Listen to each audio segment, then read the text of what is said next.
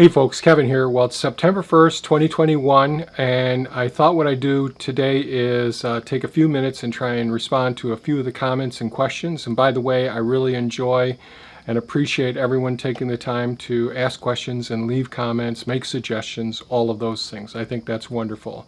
I'm waiting for a phone call this morning, so I thought I'd try and record this video. So let me go back a little ways here. I had a question about our American persimmons, and I've posted videos in the past about how we process our persimmons.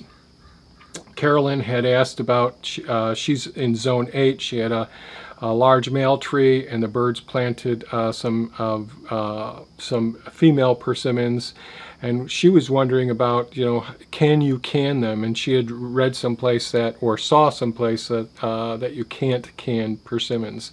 I suspect that you can, although I don't believe that we have canned any persimmons yet.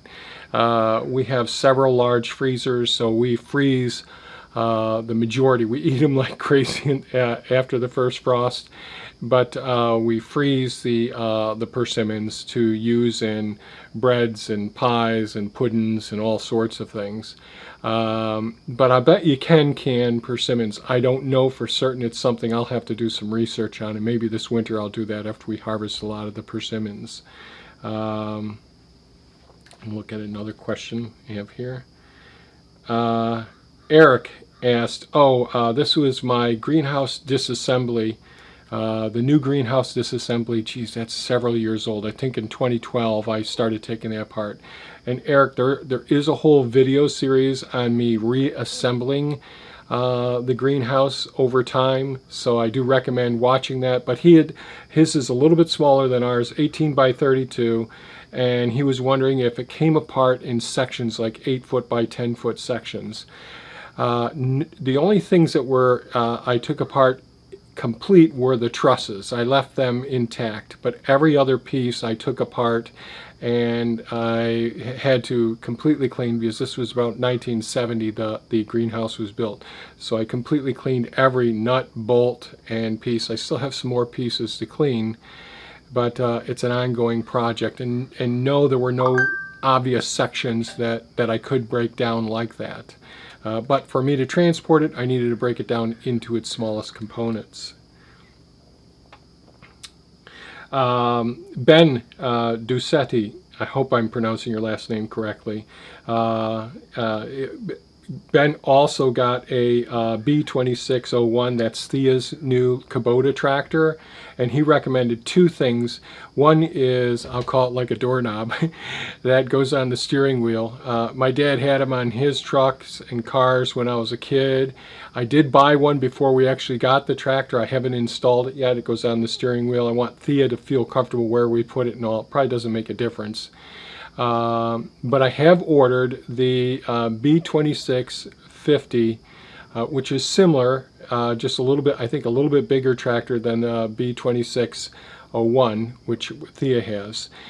There's a step that goes up. I was curious whether that step would be a little bit flimsy because of the way it mounts, but I did order one, so when it comes in, I'll install that, and I will get the steering knob on there as well, because especially when you're backing up, using the like a doorknob, a roller going around the steering wheel can make it much easier when you're hooking up to attachments or you're using an implement on the back of the tractor. So both of those are really good suggestions, and thank you, Ben. I appreciate it.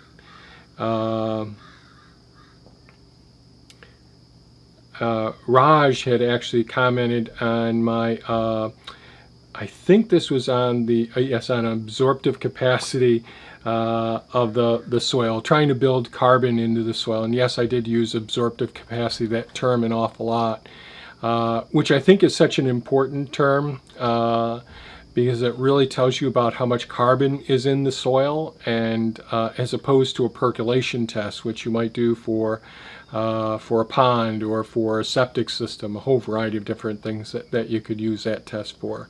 But the absorptive capacity, when we're talking about carbon sequestration and building soil, and that was in my whole use of purpose of talking about the cover crops and their role on the property, in addition to the swales and canals that we use.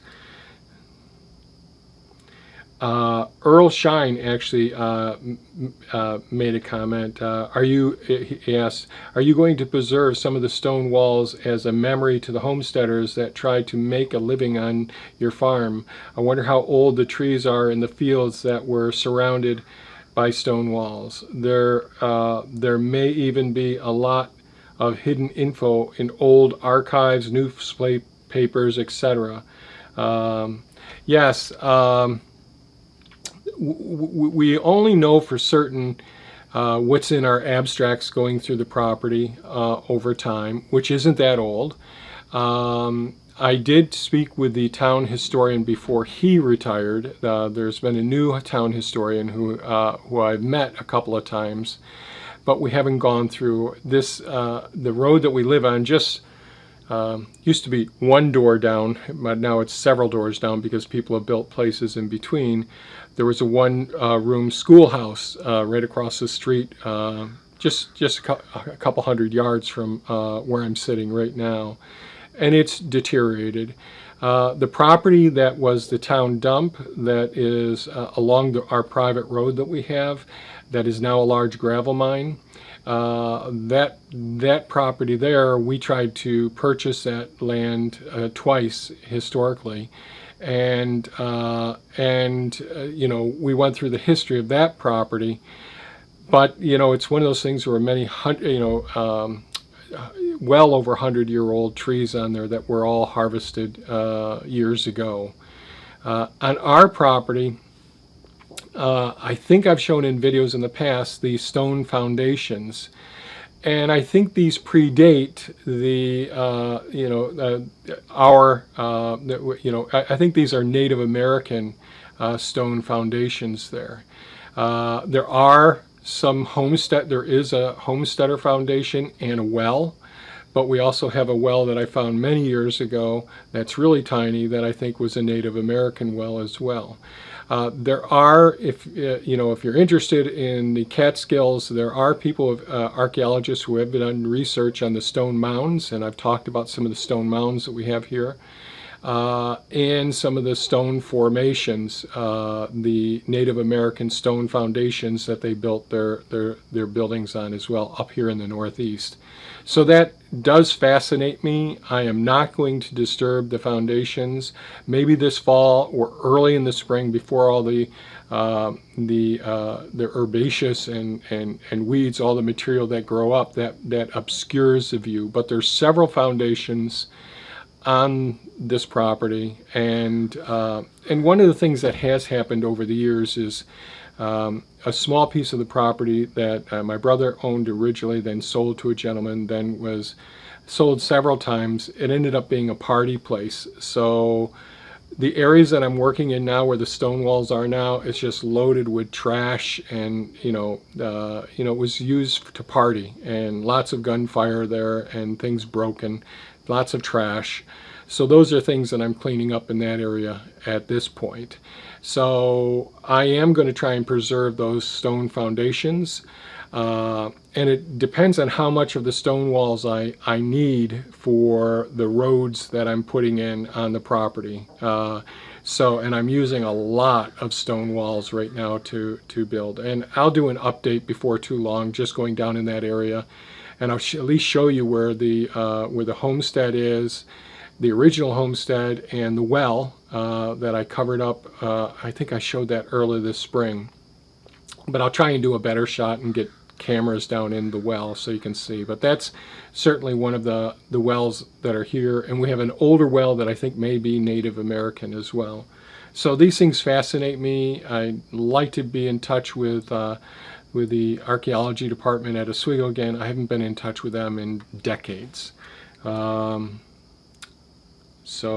And then Bill Estelle commented, so this was in my Zone 5 forest management video, the most recent one that I posted.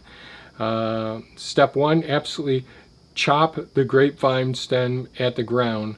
Step 2, stop saying utilize and use the word use. Okay, and he just he did his own little rant on how he hates people using the word utilize as opposed to the word use. I tend to be quite anal. I don't try to be pretentious. I try to be as accurate and precise as I can with the terms that I use. I have issues with words such as regardless, irregardless. The irregardless word. I have a lot of issues with people using the word methodology as opposed to method. Because of my science background. So if you have a science background, you're familiar with reviewing literature that's been peer reviewed, and you'll see there's always a section in there called materials and methods.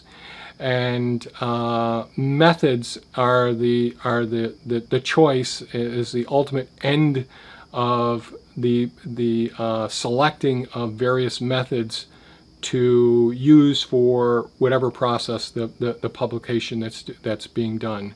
So they may use one method versus another method. During the very beginning of a scientific research area, you're using methodologies. So you're analyzing each particular type of method that could be used and studying them, and that's the ology. It's the study of methods in order to pick them. And this is just one of my anal retentive. It drives me nuts when I hear people using, what methodology did you use? And even the phrasing of the question is a misuse of the question. So methodology is in the initial investigation, analyzing various methods and then selecting one method as that you will utilize. Now back to use and utilize. So you'll see, I think in the dictionaries they show them as being very very similar, and so I'd say look it up in a dictionary.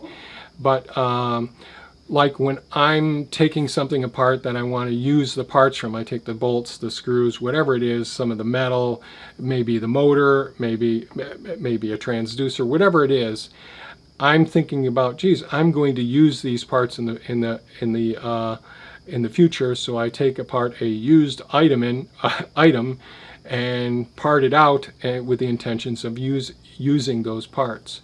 When I'm using the word utilize, what I'm trying to do is talk about a strategy that's going to be employed to meet a function. And it used to be in dictionaries, certainly in the science-based dictionaries, the difference between the word use and utilize. So I understand how frustrating it can be when somebody is using, quote, a bigger word, looking more pretentious, trying to sound smarter and all. That isn't my intent. It isn't my intent, although I may seem that way at times. But when I'm using the word utilize, I have an intention, a strategy that I'm planning on employing for that stone or tree or whatever it may be, or tool, whatever it may be. It's a strategy that I'm going to employ. So that's something. But I certainly understand. You hear the same as I must have said absorptive capacity a whole bunch of times. But that is an expression. There's so many things that I'll use when I'm more geeky, more science or technology types. Like there's a big difference between accuracy and precision. A lot of people use those two terms interchangeably, and I've made videos about some of these terms in the past, so I won't bore you again with that. So I'm not going to wait too much longer for this call this morning. And I do appreciate everyone's comments and questions. I appreciate your contributions and to call me out when it looks like I'm using terms inappropriately. And I certainly will try to modify my use of terms and be more cognizant, aware of what it is that I'm saying when I'm saying it, or at least I'll try to reflect on it later on. But yeah, it's fine. I may be using these terms inappropriately at times, and so that's entirely possible. So I appreciate everyone's comments and questions. If you found this video of value, please give us a thumbs up and feel free to call me out at any time. I appreciate it. Thanks so much and have a great day. Bye-bye